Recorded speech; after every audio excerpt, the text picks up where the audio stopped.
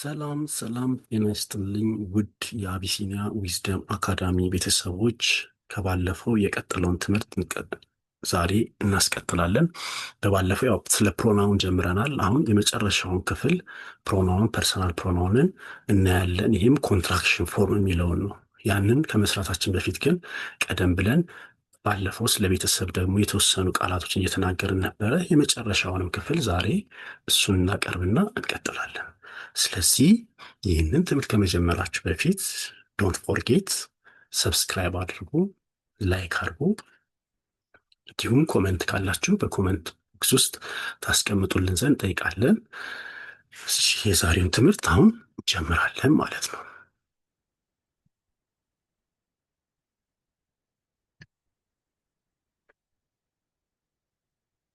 እንግዲህ በዚህ ባለፈው ባየነው ትምህርት መሰረት እነዚህ የቀሩ ቃላቶች ናቸው። እነዚህን ቃላቶች እናስቀጥላለን። ቦይ ማለት ወንድ ልጅ፣ ቦይ ወንድ ልጅ። ገርል ገርል ልጃገረድ፣ ገርል ልጃገረድ። ማን ወንድ፣ ያላገባ ያገባ ማለት ነው ማን ሲባል። ውሜን ሴት፣ ሴት ያገባች ከሆነች ማለት ነው። ያገባች ከሆነች ውሜን ሴት እንላለን ማለት ነው። ገርል ፍሬንድ የሴት ፍቅረኛ፣ ገርል ፍሬንድ የሴት ፍቅረኛ። ቦይ ፍሬንድ የወንድ ፍቅረኛ፣ ቦይ ፍሬንድ የወንድ ፍቅረኛ። ስለዚህ እነዚህ ብዙ ጊዜ የምንጠቀማቸው ወጣቶች በይበልጥ የሚጠቀሙባቸው ቃላቶች ናቸው። በይበልጥ የላይኞቹና የታችኞቹ ቃላቶች። እዚህ ቦይ ማለት ወንድ ልጅ፣ ቦይ ወንድ ልጅ፣ ገርል ልጃገረድ፣ ማን ወንድ፣ ውማን ሴት፣ ገርልፍሬንድ የሴት ፍቅረኛ፣ ቦይፍሬንድ የወንድ ፍቅረኛ ይሆናል ማለት ነው። እነዚህም ደግሞ አረፍተ ነገር ሰርተን እንያቸው። ለምሳሌ ኢዝ ኤ ቦይ ወንድ ልጅ ነው። ኢዝ ኤ ቦይ ወንድ ልጅ ነው።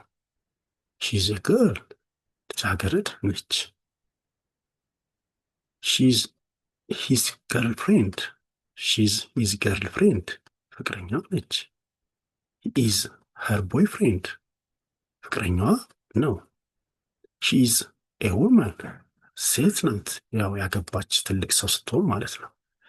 ሂ ኢዝ ኤ ማን ወንድ ልጅ ነው፣ ያገባ ወይም ትልቅ ሰው ከሆነ ነው። ያው አንዳንዴ ባያገባም በጣም ትልቅ የሆነ ከወጣትነት አካባቢ ላይ ወደ ጎልማሳም ወደ ወጣትነትም ያለ ሰው እና ትልቅ ሰዎች አዛውንቶች ሲሆኑ በዚህ ስም እንጠራቸዋለን።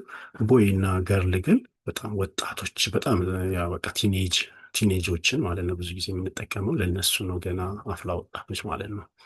ሂዝ ኤ ቦይ ወንድ ልጅ ነው። ሺዝ ኤ ገርል ልጃገረድ ናት። ሺዝ ሂዝ ገርልፍሬንድ ፍቅረኛው ነች። ሂዝ ሄር ቦይፍሬንድ ፍቅረኛዋ ነው። ሺዝ ኤ ውማን ሴት ናት። ሂዝ ኤ ማን ወንድ ልጅ ነው።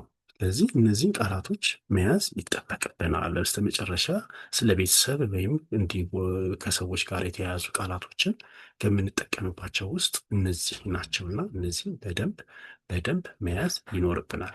በመቀጠል የምናየው እነዚህን ፐርሰናል ፕሮናውኖችን እንዴት አጠር አድርገን እንጽፋለን። አጠር አድርገን የምንጽፍበት ዘዴ ደግሞ ምን ይባላል?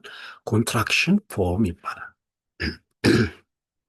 ኮንትራክሽን ፎርም ይባላል። ኮንትራክሽን ፎርም ለምሳሌ አሁን እዚህ ጋር ተመልከቱ። አይ አም ብለን የምንጽፈውን ይህንን አጠር ስናደርገው አይም ይባላል።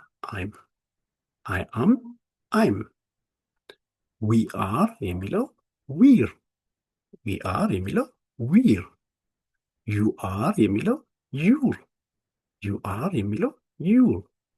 ሺዝ የሚለው ሺዝ፣ ሺዝ የሚለው ሺዝ። ሂ ኢዝ የሚለው ሂዝ፣ ሂዝ የሚለው ሂዝ። ዜይ አር የሚለው ዜር፣ ዜይ አር የሚለው ዜር በማለት እንዲህ አጠር አድርገን እንጠቀማቸዋለን ማለት ነው። እነዚህም ለምንድን ነው እንደዚህ ያደረግንበት ምክንያት ብለን የምናስብ ከሆነ ብዙውን ጊዜ የእንግሊዝኛ ተናጋሪዎች አሁን ፊልም ላይ ምናምን ላይ ስታዩ አብዛኛውን ጊዜ የሚጠቀሙት እነዚህ ኮንትራክሽን ፎርሙን ነው። ስለዚህ አዳምጥ ከዚህ በኋላ። አሁን ዜር የሚለውን ለምሳሌ የእነሱ የሚለው ነው፣ ግን እዚህ ጋር ዜር ይለያል። አያችሁት ከሆነ ዜር ነው የሚባለው። ዜር እዛ ጋር ባለፈው አይተናል። የእነሱ ማጻጻፍ ሴም ነው። ዜ አር ዜር ዘሴም ነው። ተመሳሳይነት ያለው ነገር ነው ማለት ነው። አሁን አጠር አድርገን አንዳንድ ነገሮችን እናያለን። አያም ኤ ስቱደንት በምሳሌ እናያለን ማለት ነው። የቅድሞቹን በምሳሌ ስናይ አያም ኤ ስቱደንት የሚለው አያም ኤ ስቱደንት ስቱደንት ተማሪ ነኝ፣ ትርጉሙ አንድ ነው። ይሄም ተማሪ ነኝ ነው፣ ይሄም ተማሪ ነኝ። አያም ኤ ስቱደንት የነበረው አይም ስቱደንት። ዊ አር ፋርመርስ የሚለው ዊር ፋርመርስ ገበሬዎች ነን። ዩ አር ቦይስ ዩር ቦይስ ዩር ቦይስ እናንተ ልጆች ናችሁ፣ ወንዶች ናችሁ ማለት ነው። ሺዝ ኤ ቲቸር ሺዝ ኤ ቲቸር ሺዝ ኤ ቲቸር ሺዝ ኤ ቲቸር ሺዝ ኤ ቲቸር የሚለውን ያመጣል ማለት ነው። አስተማሪ ናት ማለት ነው። ሂዝ ኤ ፓይለት ሂዝ ኤ ፓይለት የሚለው ሂዝ ኤ ፓይለት ሂዝ ኤ ፓይለት አውሮፕላን አብራሪ ነው የሚለውን ይይዛል ማለት ነው። ዜይ አር ገርልስ ዜይ አር ገርልስ ዜር ገርልስ ዜር ገርልስ ማለትና ዜይ አር ገርልስ ማለት አንድ ነው። ዜር ገርልስ።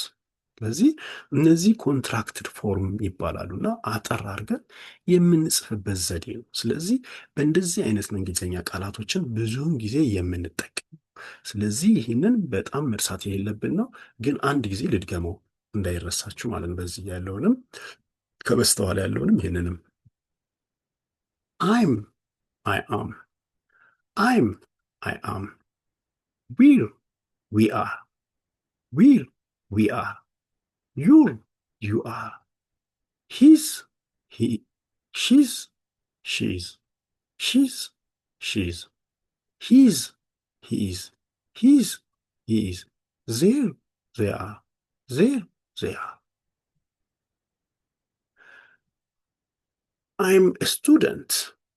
I'm a student ተማሪ ነኝ።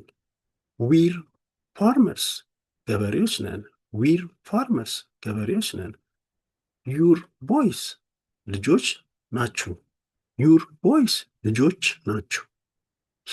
she's a teacher አስተማሪ ናት። ሺዝ ኤ ቲቸር አስተማሪ ናት። ሂዝ ኤ ፓይለት ሂዝ ኤ ፓይለት አውሮፕላን አብራሪ ነው። ዜር ገርልስ እነሱ ሴቶች ናቸው የሚለው ትርጉም ይሰጠናል ማለት ነው። ለዛሬ ያዘጋጀውላችሁ አጠር ምጥን ያለች ነገር ናት ይቺ ነው። በቀጣይ ደግሞ ከቤተሰብ እና ከፐርሰናል ፕሮናውን ወጣ ብለን ወደ ሌሎች እንቀጥላለን ማለት ነው። በሚቀጥለው እስክንገናኝ መልካም ጊዜ እመኛለሁ። ሰብስክራይብ ማድረጉን ላይክ ማድረጉን እንዳትረሱ። ባይ ባይ። ቻው ቻው።